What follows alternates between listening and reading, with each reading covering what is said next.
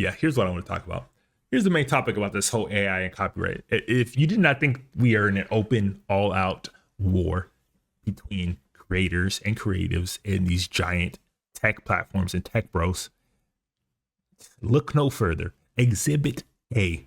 All out war. Jack Dorsey, Elon Musk call for an end to intellectual property laws. Read that again. Jack Dorsey, founder of Block and or Square or whatever, which eventually led to PayPal and also led to Twitter and also now Blue Sky.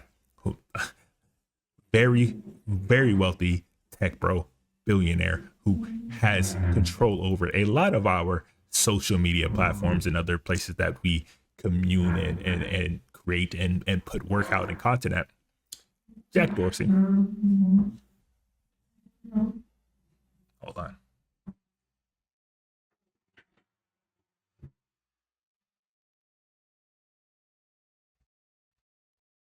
So that one, Jack Dorsey, and one, Elon Musk, who I don't even know if we have to discuss. I'm pretty sure he's been in the news a lot. You know, fuck Elon Musk is who bought Twitter and turned it into X and turned it into this absolute garbage place. Calls for an end to intellectual property rights, aka anything IP based, anything copyright based. They are calling for the end of laws and protecting the work that you create. If you did not think we are at war between creators and creatives and the platform owners, surprise.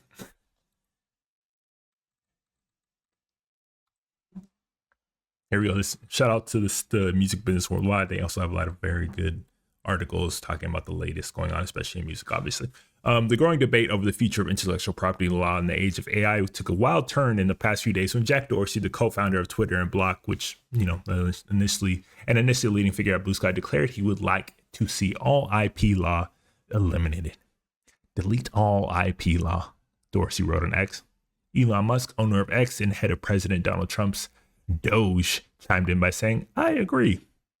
Not surprisingly, Dorsey and Musk received pushback on that deal at a time when voices on both sides of the debate are growing louder. On one side are IP owners in various cultural industries who have been calling for stricter enforcement of copyright and other IP laws amid the boom of generative AI models, many of which appear to have been trained on copyrighted materials without the owner's consent. So basically what they're saying, there's two sides to this thing. There's the owners of the IP, which a lot of times are the creators of said IP, of said works of art, of content, of music, of film, or whatever, but not always the case. Sometimes it is giant corporations, businesses like a Disney or a Sony or a Warner Bros.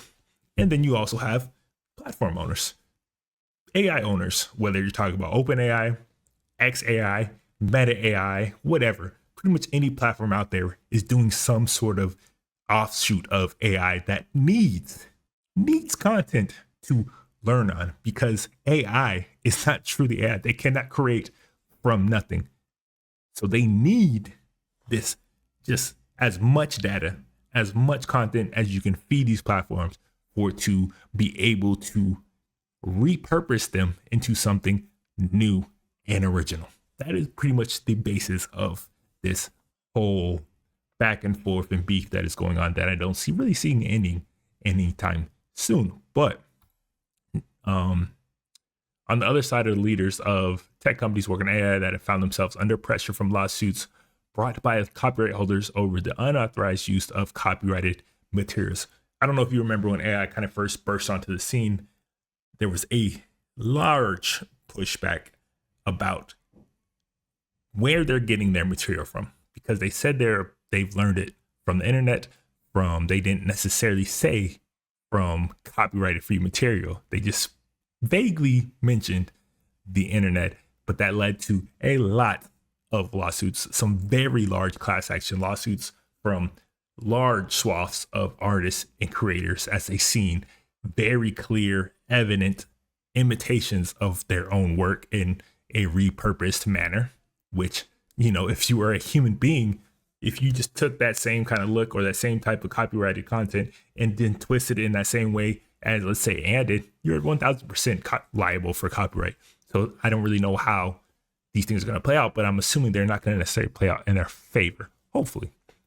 So when OpenAI came out, obviously there's like a huge pushback, a huge backlash to this, because if I'm a creator and I'm an artist and I start seeing versions of my own work out there by the dozens, if not thousands, how am I supposed to sell my work? How am I supposed to make a living? Because you basically devalued the whole process of my work, my whole creativity, my whole output to nothing.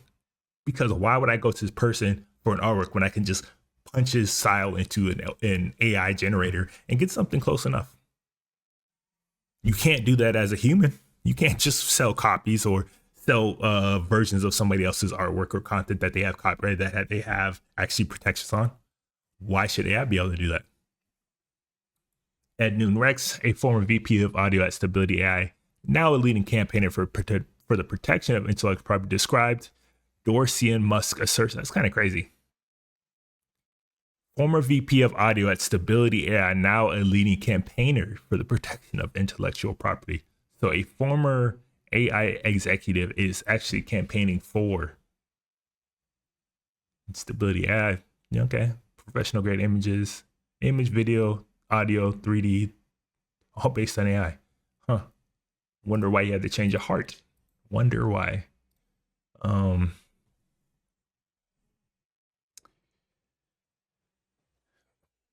He described Dorsey and Musk's assertions as tech execs declaring all-out war on creatives who don't want their life's work pillaged for profit. That it basically boils down to that.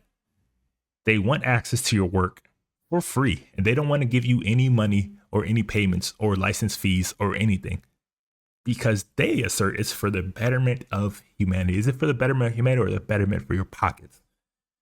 Pushback also came from Nicole Shanahan, a Silicon Valley entrepreneur, patent specialist, and lawyer who served as Robert F. Kennedy Jr.'s running mate in 2024 election. Actual IP professional here? No.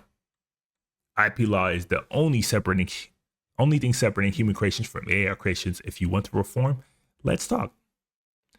To which Dorsey responded, creativity is what currently separates us, and the current system is limiting that and putting the payments disbursement into the hands of gatekeepers who aren't paying out fairly. I mean, think about that. He said creativity is what is separating us. He's asserting that AI is actually creating something, which is stretching the use of that word to the most degree, because to think that AI, which literally feeds off of other people's original works to create its own version of said work, is creating something and not merely copying and imitating something, is a stretch to say the least. Notably, Dorsey is chairman of Block, the company formerly known as Square, which owns music streaming service Tidal. Which is also crazy because I'm pretty sure Tidal has very strict laws and copyright laws that they have to abide by, especially when it comes to music, because those labels don't play. Dorsey's tweet likely doesn't reflect the official Tidal policy on the issue of IP. The company's CEO, Jesse Dorguster, told them a few years ago that he views music as being undervalued and underpriced. That's a fact. One can only imagine what the value of music would look like if copyright protection were to disappear altogether. Basically, if you were to get rid of IP law, that means not only AI, that means anybody and everybody would be able to take your song and repurpose it and resell it as their own. What would be the value of art? What would be the value of music? What would be the value of anything creative if anybody had free reign and free access to it? That shit literally makes no sense. That would destroy the music industry. That would destroy music. That would destroy art. That would destroy film. Just straight up destroy it.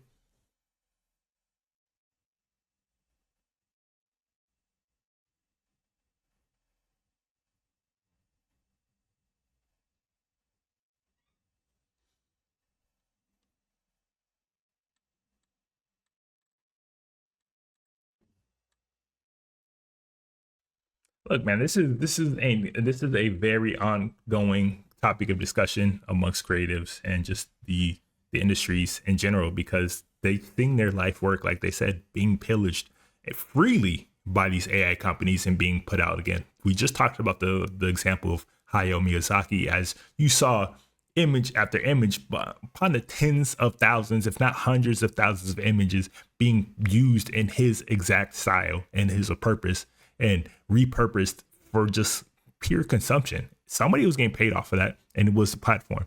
And the fact that they were able to do that without having to license him or license anything from them is fucking insane.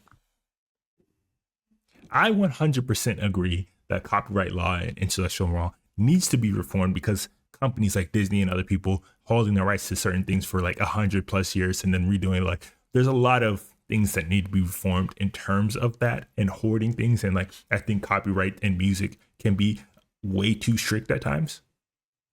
But to say to get rid of it altogether so that these AI machines can vacuum up and put out as much slop as possible is fucking insane, and is anti-creative to the nth degree. So if you did not think there was an all-out war going on right now between creatives and creativity and creatives and tech bros and platforms, think again. I mean, yeah, one last part I want to talk about. This AI is also on TechCrunch, law professor side of authors battling Meta and AI copyright case. A group of professors specializing in copyright laws filed an amicus brief in support of authors suing Meta for allegedly training its Llama AI models and ebooks without permission.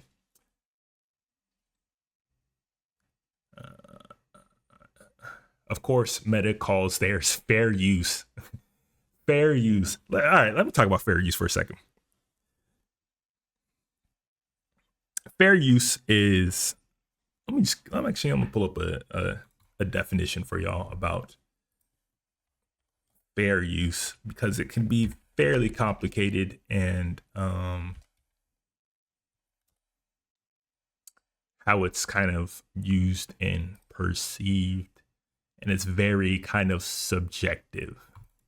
All right, so what is fair use? In most general sense, in its most general sense of fair use, is any copying of copyrighted material done for a limited and transformative purpose, such as to comment upon, criticize, or parody a copyrighted work. So a movie, let's say like Scary Movie that came out, where they were clearly a satire and parody of horror films like Scream and others before them, that would typically fall under fair use, because while they are using images and likeness and ideas that are very similar to said movies, they're doing it in a transformative way to offer a parody or criticism or satire of said property. So generally speaking, that would be fair use, because they are not just straight copying it, but they are transforming it and offering some sort of commentary or criticism or transformative element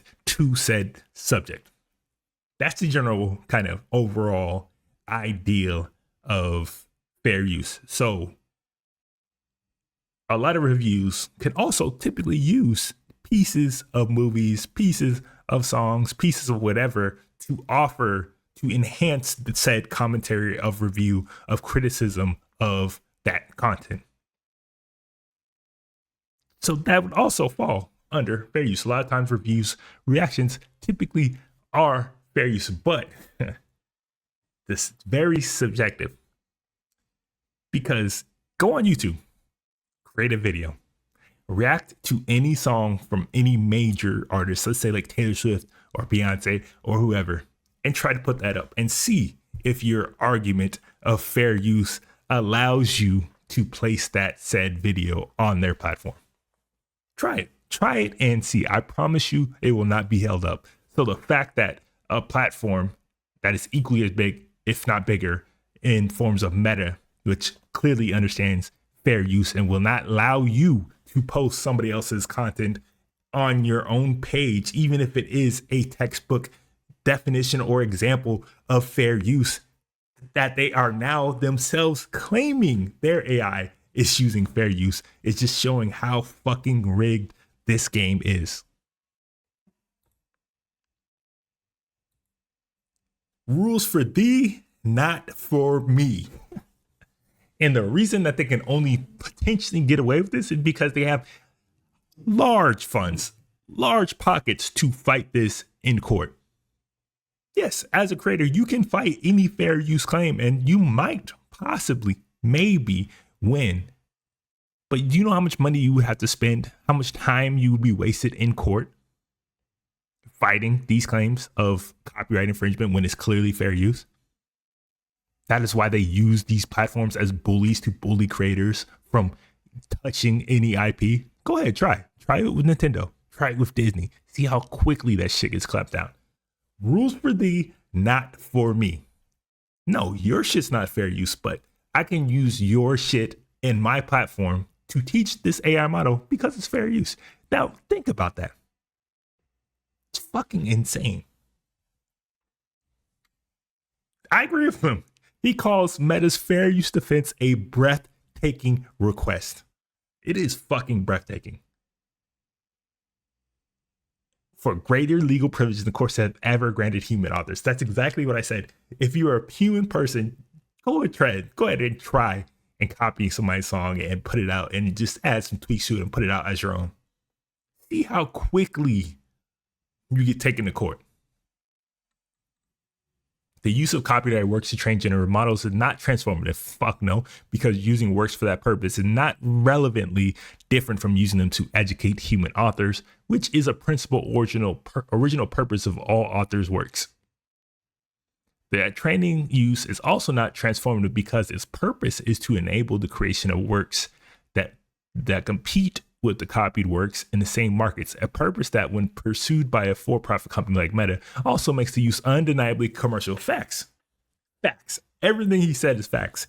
They're saying that it's fair use because they are merely training their AI modules to learn better, to in turn create something original, when in fact it's learning to copy and switch things up enough to appear different from said material, but can still see clear links to where they got said material from. And then putting it out on their own platforms in a competitive manner to that exact material that they're copying. And of course they're profiting off it. It's the same thing going on with Google. When you search for something, what do you see now? First thing you see is an AI excerpt. Their own AI is putting out answers to your own searches. Where are they just getting this information from? From the fucking billions and trillions and infinite amount of pages out there on the internet, and transforming it into information for you to use, which in itself is shady and fucked up in general, because your whole purpose as a platform is to allow people to find you and your page and your work. And now you're summarizing my shit instead of sending people to my website. It's time for things to change. It's time. They don't care. They don't give a fuck about creators. They don't give a fuck about people on their platforms. They just see you as a number and as a commodity.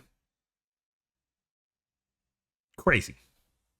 It's just crazy, man. We're in fucking crazy times right now. And I'm worried. I don't really know where we go from here, or where you go forward from here, because this ain't it right now. This ain't it.